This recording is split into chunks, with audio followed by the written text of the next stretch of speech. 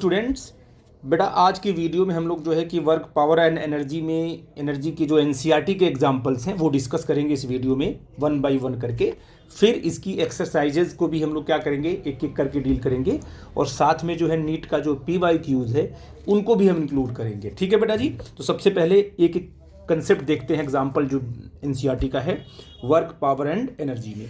पहला एग्जाम्पल क्या था, देखो कंसेप्ट क्या है, क्वेश्चन क्या है कि find the angle between the force F. ये आपको एफ दिया हुआ है, इसके बाद आपको डिस्प्लेसमेंट ये दिया हुआ है। तो आप इन दोनों के बीच का हमें क्या निकालना है, ये आपका वेक्टर में है तो इन दोनों के बीच का हमें क्या निकालना है, एंगल निकालना है। और also find the projection of F on D. तो सबसे पहले हम एंगल निकालते हैं। तो आपको पता है कि vector F dot vector D, अगर इन दोनों का हम डॉट लेते हैं, ठीक है बेटा जी, तो क्या होता है कि वेक्टर एफ का जो मैग्नीट्यूड लेते हैं, फिर वेक्टर डी का जो मैग्नीट्यूड लेते हैं और इनटू यहाँ पर कॉस थीटा करते हैं। तो बोलो यहाँ से कॉस थीटा क्या आ जाएगा, ये आ जाएगा vector F dot vector D upon, ये हो जाएगा आपका एफ का मैग्नीट्यूड है ना, सिंपल इनटू डी का मैग्नीट्यूड। तो पहले क्या निकाल लेंगे, एफ डॉट डी। सबसे पहले निकालो आपकी एफ डॉट डी कितना होगा, इसको निकाल लेते हैं एफ डॉट डी। तो क्या होगा तुम्हारा 3i cap plus 4j cap minus 5k cap, और डॉट लिखेंगे तुम्हारा क्या 5i cap plus 4j cap और प्लस 3k कैप। जब डॉट लेते हैं तो जो सेम यूनिट वेक्टर होते हैं उनको जब हम मल्टीप्लाई करते हैं तो 1 आता है, और जब डिफरेंट यूनिट वेक्टर का हम डॉट लेते हैं तो वहाँ पर 0 आता है। इसका मतलब आई के साथ मल्टीप्लाई होगा, जे के साथ मल्टीप्लाई होगा, के साथ मल्टीप्लाई होगा, और डिफरेंट के साथ मल्टीप्लाई करेंगे तो वो 0 दे देगा। यहाँ पर 3i, यहाँ पर 5 कितना हो जाएगा तुम्हारा, तो 3 और 5 कितना हो जाएगा 15, और आई कैप 1 हो जाएगा, यहाँ आपका आ जाएगा 15, यहाँ पर 4, यहाँ पर आ जाएगा आपका 16, यहाँ पर -5, यहाँ पर 3 आ जाएगा -15 आ जाएगा। ये इससे कट जाएगा तो ये आपका आ जाएगा 16 यूनिट, सिंपल 16 यूनिट आएगा। नहीं बोलो बच्चा जी, 16 आया। ठीक, अच्छा अब आपको क्या करना है बेटा जी, अब अलग से क्या निकाल लो। यहाँ पर देखो, यहाँ पर वेक्टर एफ का मैग्नीट्यूड कितना होगा, रूट कितना 3 का आई कैप जे कैप की कैप के कोफिशिएंट का स्क्वायर करके आप ऐड कर दो, तो 3 स्क्वायर प्लस 4 स्क्वायर। अब प्लस बच्चे सोचते हैं यहाँ पर माइनस करेंगे, नहीं, चाहे यहाँ माइनस चाहे प्लस, सब प्लस ही प्लस होगा। अब प्लस 5 स्क्वायर, ठीक है ना, मैग्नीट्यूड को उठाओ पूरा, 3 का केवल मैग्नीट्यूड का स्क्वायर के आई कैप का मैग्नीट्यूड, जे कैप का मैग्नीट्यूड और के कैप का मैग्नीट्यूड। जब भी आप निकालते हो ना मैग्नीट्यूड तो माइनस से कोई मतलब नहीं होता है। तो ये कितना हो जाएगा तुम्हारा, यहाँ पर आ जाएगा, सिंपल आ जाएगा 3 3 जा 9 हो जाएगा, 16 हो जाएगा, 9 और 16 25 हो जाएगा तुम्हारा 50 यूनिट, ये आ गया। और अगर आपको निकालना है वेक्टर डी निकालना है तो वही कंडीशन लगाएंगे, जब मॉड करके निकालना है तो क्या होगा, देखो इसका, क्योंकि यहाँ भी 4 है, यहाँ पर 5 है, 25 हो जाए, 16 हो जाएगा, यहाँ पर कितना 9 है, ये भी आपका आएगा कितना, देखो 5 स्क्वायर प्लस 4 स्क्वायर अब प्लस 3 स्क्वायर, ये आ जाएगा √50। तो आई थिंक मेरी बात समझ गए, आपने ये भी निकाल लिया। इसका मतलब जो कॉस थीटा आपका निकल के आएगा, कॉस थीटा आपका निकल के आएगा कितना आएगा जी, vector F dot vector D upon F vector का मैग्नीट्यूड इंटू डी वेक्टर का मैग्नीट्यूड। वैल्यू पुट करते हैं, ये आ जाएगा तुम्हारा 16, ये आ जाएगा √5 इंटू √5 50, सिंपल आ जाएगा 16 अपॉन क्या आ गया तुम्हारा, ये 50 आ गया। ठीक है बेटा जी, 16 अपॉन 50 सॉल्व करेंगे तो 0 पॉइंट क्या आएगा 32 आएगा। ठीक है बेटा जी। बेटा ये देखो आगे आपका कॉस थीटा इतना आ गया, ठीक है ना, ये आ गया कॉस थीटा इक्वल टू क्या आ गया 0.32। थीटा इक्वल टू क्या आएगा, कॉस इनवर्स 0.32, ठीक है ना, ये आपका थीटा की वैल्यू आ गई। अगला क्वेश्चन पूछा है कि also find the projection of F on D. तो क्या होता है, देखो प्रोजेक्शन का मतलब क्या होता है, जैसे मान लो ये आपका वेक्टर डी है, ये वेक्टर आपका डी है, और ये आपका मान लो वेक्टर आपका एफ है, इसके बीच का एंगल कितना थीटा है। तो बोलो एफ का प्रोजेक्शन डी पर कितना होगा, तो इसको रिजॉल्व करेंगे डी पे, तो इधर कितना आएगा, ये इधर सिंपल आएगा एफ वेक्टर में नहीं आएगा, सिंपल एफ कॉस थीटा, ये आपका ये मैग्नीट्यूड है। क्या है आपका ये मैग्नीट्यूड, आई थिंक मेरी बात समझ। तो इसे बोलेंगे projection of F on D. तो आप क्या लिखोगे, projection of F on vector D, क्या बनेगा ये, एफ कॉस थीटा। एफ का मतलब वेक्टर एफ का मैग्नीट्यूड, क्या मैग्नीट्यूड आया है इसका, ये आया है √50 इंटू कॉस थीटा क्या है 0.32। तो आप ऐसे 0.32 इंटू √50, ये तुम्हारा क्या आ गया, प्रोजेक्शन आ गया। ठीक है, सिंपल। आपने कहा कि एफ़ की वैल्यू क्या आई है, देखो एफ़ की वैल्यू आपका 50 आई है और आपका जो कॉस थीटा की वैल्यू क्या आई है 0.32, ये रख दिया आपने। ठीक है ना, बाद में इसका रूट लेके सॉल्व करोगे आंसर आएगा। आई थिंक इस बात को आप समझ गए। देखो बड़ा शानदार क्वेश्चन है, एग्जाम्पल दिया हुआ है, सारा कंसेप्ट आपको ये बता देगा वर्क एनर्जी थ्योरम का। क्या रहा है कि it is well known that the rain drop fall under the influence of the downward gravitational force and opposing resistivity force. जब रेन फॉल होती है तो ग्रेविटी इस ड्रॉप को कहाँ खींचती है, नीचे की तरफ। तो ग्रेविटी लगातार, ग्रेविटी तो कांस्टेंट है, लगातार क्या है इस पर, इस मान लीजिए एक रेन ड्रॉप है ना, जो लगातार क्या है, एक कंटिन्यूस क्या है, गिर रही है गिर रही है गिर रही है गिर रही है। अब ड्रॉप है, अगर ये यहाँ पर इसका यू क्या ले लेंगे, जीरो लेंगे, क्योंकि रेन ड्रॉप स्टार्ट किया चलना, इनिशियल स्पीड क्या लिया हमने, जीरो लिया।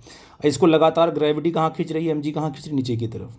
और आपको पता है कि जैसे जैसे क्या है एम जी से फोर्स लग रहा है ना एम जी, तो क्या होगा, रेन ड्रॉप की स्पीड बढ़ती जाएगी। और अच्छा स्पीड बढ़ेगी तो एयर का जो रेजिस्टेंस होगा ऊपर की तरफ वो बढ़ता जाएगा, ये कंसेप्ट है। और करते करते करते करते जितनी स्पीड बढ़ेगी, कहा गया ये बोला है द लेटर मतलब क्या है, opposing force, opposing resistivity force. The latter is known to be proportional to the speed of the drop. जितना स्पीड बढ़ेगी उतना क्या है, रेसिस्टिविटी फोर्स क्या है, बढ़ता जाएगा। But is otherwise undetermined. ठीक है ना। Consider a drop of mass 1 graph falling from a height 1 kilometer. It hit the ground with the speed 50 meter per second. What is the work done by the gravitational force and what is the work done by the unknown resistivity force? बड़ा important concept है। देखो यहाँ बनाया diagram, rain drop यहाँ fall कर रही है, मैंने बीच में क्या ड्रॉप लिया, ड्रॉप पर क्या दो फोर्स काम कर रहे हैं। एक फोर्स कहाँ काम कर रहा है, एम जी डाउनवर्ड डायरेक्शन में, और जो एयर का रेजिस्टेंस एफ आर का मतलब रेसिस्टिविटी फोर्स कहाँ, अपवर्ड डायरेक्शन में। तो बॉल यहाँ से लेके यहाँ तक आ रही है, दोनों फोर्स काम कर रहे हैं। एम जी तो काम करेगा यहाँ से लेके यहाँ तक, नो प्रॉब्लम, क्योंकि एम जी कॉन्स्टेंट है। इसलिए अगर यहाँ से लेके यहाँ तक फोर्स कांस्टेंट है तो फोर्स इनटू डिस्प्लेसमेंट आ जाएगा। तो work done by the gravitational force तो आप आसानी से निकाल लोगे, क्यों, क्योंकि एम जी इंटू एच कर लोगे तो work done by the gravitational force आ जाएगा। लेकिन यहाँ से लेकर यहाँ तक कौन सा फोर्स काम कर रहा है, रेसिस्टिविटी फोर्स काम कर रहा है, क्योंकि डिस्प्लेसमेंट कहाँ है, डाउनवर्ड डायरेक्शन में, और अपोजिंग फोर्स कहाँ है, अपवर्ड डायरेक्शन में। इसलिए वर्क आपका नेगेटिव आएगा। लेकिन आप डायरेक्ट आप एफ आर इंटू एच नहीं कर सकते हो, क्यों, क्योंकि ये रेसिस्टिविटी जो फोर्स है रास्ते में हर जगह क्या हो रहा है, बदल रहा है, हर जगह बदल रहा है। ठीक है ना। तो फिर क्या करोगे आप लोग, यहाँ लगाओगे वर्क एनर्जी थ्योरम का कंसेप्ट। लेकिन सबसे पहले क्या करें हम लोग कि पहले हम निकाल लें कि work done by the gravitational force. तो वर्क डन बाय द क्या है, बाई ग्रेविटेशनल फोर्स निकालते हैं। तो work done by gravitational force क्या होगा, ये होगा एम जी, क्योंकि लगातार पूरी जर्नी में कांस्टेंट है, इंटू एच कर लेंगे। तो एम कितना आपका है 10⁻³ है, जी कितना हमने 10 लिया, और हम लिया हमने 1000 मीटर, क्योंकि 1 किलोमीटर है ना ये, तो ये आपका 1000 हो जाएगा 10⁻³ ये इससे कट जाएगा। तो आई थिंक आप समझ गए कि ग्रेविटेशनल फोर्स जो आपका आ गया वो 10 न्यूटन आ गया। सिंपल, कोई दिक्कत तो नहीं है।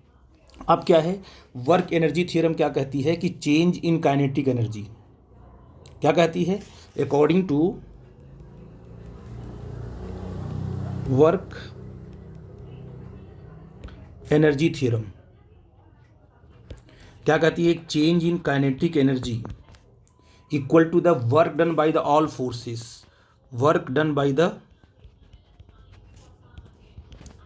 बाई ऑल फोर्सेस, ये कहती है।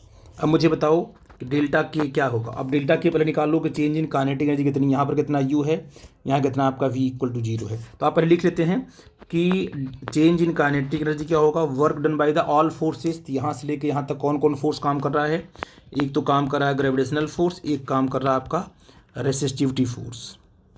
तो work done by the gravitational force and work done by the resistive force. क्यों बच्चा जी, आई थिंक मेरी बात समझ पाए मैं क्या बोल रहा हूँ, ठीक है ना। तो मुझे बताओ यहाँ से work done by the resistive force क्या आ जाएगा, change in kinetic energy minus work done by the gravitational force, ये आ जाएगा। बस आपको निकाल लेना है कि चेंज इन काइनेटिक एनर्जी कितनी है, वो निकाल के यहाँ वैल्यू पुट कर दो, WG तो पता ही आपको है, आंसर आपका आ जाएगा। तो अगर हम क्या करेंगे, वर्क एनर्जी थ्योरम से हम क्या निकालें, डेल्टा के निकालते हैं, सॉरी वर्क एनर्जी थ्योरम से निकालेंगे। डेल्टा के क्या है बोलो, चेंज इन काइनेटिक एनर्जी क्या है, डेल्टा के इज इक्वल टू यहाँ पर क्या है, इन फाइनल क्या होगा, फाइनल काइनेटिक एनर्जी क्या होगी, mv² माइनस इनिशियल क्या होगी तुम्हारी 0 होगी। तो डेल्टा के इज इक्वल टू क्या रखा आपने 1/2, मास कितना रखा 1000, है ना। और यहाँ पर हिट करती है किससे, 50 मीटर से, 3×50 का स्क्वायर। आई थिंक मेरी बात समझ पाए मैं क्या बोल रहा हूँ। इसको सॉल्व करोगे तो डेल्टा के इज इक्वल टू, यहाँ देखो मिस्टेक हुई है, सही करते हैं इसको, एक सेकेंड। कितना मास है बेटा जी, मास तो आपका 10⁻³ है ना, तो 1/2 इंटू 10⁻³ इंटू यहाँ कर दोगे 50, सॉल्व करोगे इसको तो ये आ जाएगा 1.25 जूल। इतनी चेंज इन काइनेटिक एनर्जी हुई, और यही चेंज इन काइनेटिक एनर्जी यहाँ रख करके सॉल्व कर लेंगे तो work done by the resistivity force क्या बन जाएगा, 1.25 माइनस कितना आ जाएगा, 10 न्यूटन का फोर्स आया है। एक सेकेंड, ये न्यूटन में नहीं आएगा बेटा जी, ये आएगा जूल में ना, क्योंकि वर्क निकाल रहे हो ना आपका, ये आएगा आपका, देखो ध्यान से यहाँ गलती हो रही थी, इसको आप 10 जूल लिखोगे, है ना। तो आप कितना आएगा यहाँ वर्क डन जो आपका आ जाएगा, ये आ जाएगा 1 पॉइंट इतना आ जाएगा, ये इज इक्वल टू करोगे तो आ जाएगा -8.75 जूल। तो टेक्निकल क्वेश्चन था बेटा जी, इंपॉर्टेंट था। आई थिंक मेरी बात समझ पा रहे हैं, पूरा का पूरा वर्क एनर्जी थ्योरम का कंसेप्ट लगा यहाँ पर। तो आपने देखा कि किस तरीके से हम लोग रेसिस्टिविटी फोर्स का वर्क डन निकाल पा रहे हैं, ठीक है बेटा जी। अब मैं आगे चल रहा हूँ। अब एक और अच्छा क्वेश्चन बेटा आया कि a cyclist comes to a skidding stop in 10 metre. मतलब एक साइक्लिस्ट है, ठीक है ना, वो स्किडिंग करते हुए क्या है, अपने आप को रोक लेता है। कहाँ तक जाता है वो, ब्रेक लगाया होगा उसने, ब्रेक लगाने के बाद क्या ये साइकिल आपकी स्किड की होगी, है ना। तो ये साइकिल आपकी खिसकते हुए कहाँ पहुंची होगी, यहाँ मान लो कि यहाँ पहले थी, और कितने डिस्टेंस पे बोलो, 10 मीटर पर जा कर के इसकी स्पीड क्या हो गई, 0 हो गई। अब जब इसने ब्रेक लगाया होगा, स्किड किया होगा, तो क्या होगा, सरफेस यहाँ पर कॉन्टैक्ट सरफेस है ना।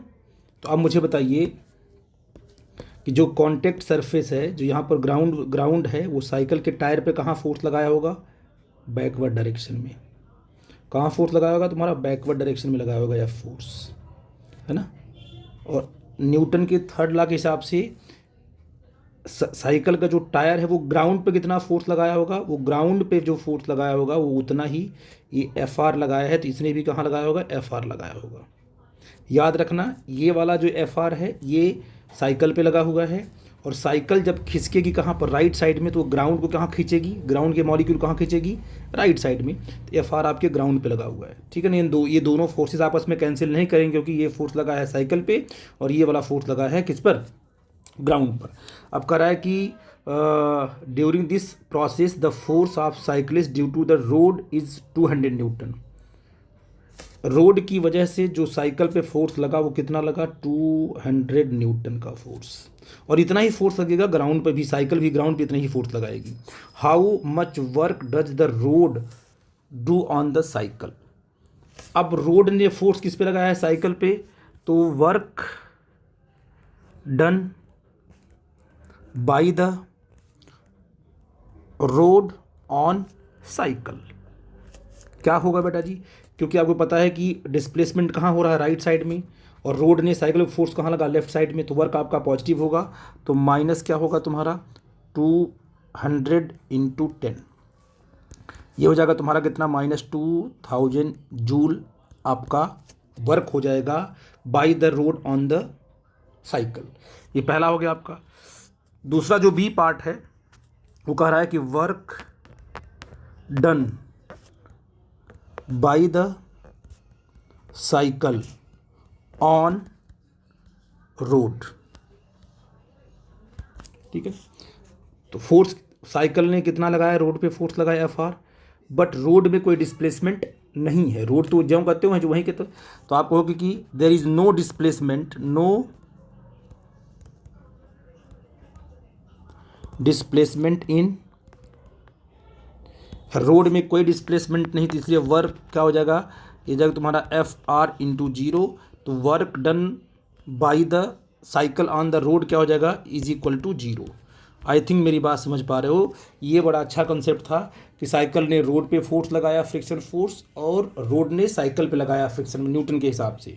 थर्ड लॉ यही कहता है ना, कहता बेटा। ठीक है, अब अगले क्वेश्चन पे आते हैं। देखो बेटा क्वेश्चन क्या है, देखो ध्यान से। ये क्या कह रहा है कि in ballistics demonstration a police officer fires a bullet of mass 50 gram, 50 gram का बुलेट है, विद स्पीड 200 मीटर पर सेकेंड। ठीक है ना। The bullet emerges with only 10% of its initial kinetic energy. What is the emergent speed of the bullet? It is most important. क्या है ये, आपके पास मान लो एक प्लैंक आपका है, ये प्लाईवुड जो आपका है, सॉफ्ट प्लाईवुड है, इसकी थिकनेस कितना 2 सेंटीमीटर है। इसमें बुलेट की स्पीड क्या रखा आपने, u is equal to 200 metre पर सेकेंड। इसमें ये एंटर करेगी, एंटर करने के बाद जब ये क्रॉस करती है तो यहाँ पर इसकी स्पीड निकालना पड़ेगा आपको, और साथ में ये कह रहा है स्पीड आपको क्वेश्चन मार्क निकालना है ना बेटा जी।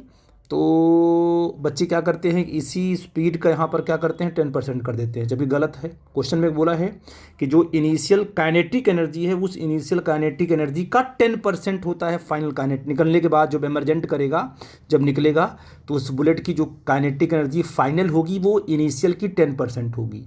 इस बात का ध्यान देना। तब बताओ कि फाइनल जो स्पीड होगी निकलते वक्त वो कितनी होगी। तो सबसे पहले निकालो कि काइनेटिक एनर्जी इनिशियल कितनी होगी। कहोगे सर 1/2 mv², 1/2 मास कितना है 50 ग्राम है, 10⁻⁻2 से मल्टीप्लाई करके -3 से मल्टीप्लाई करके केजी में कन्वर्ट कर लोगे। और v कितना है आपका इंटू 200 का होल स्क्वायर।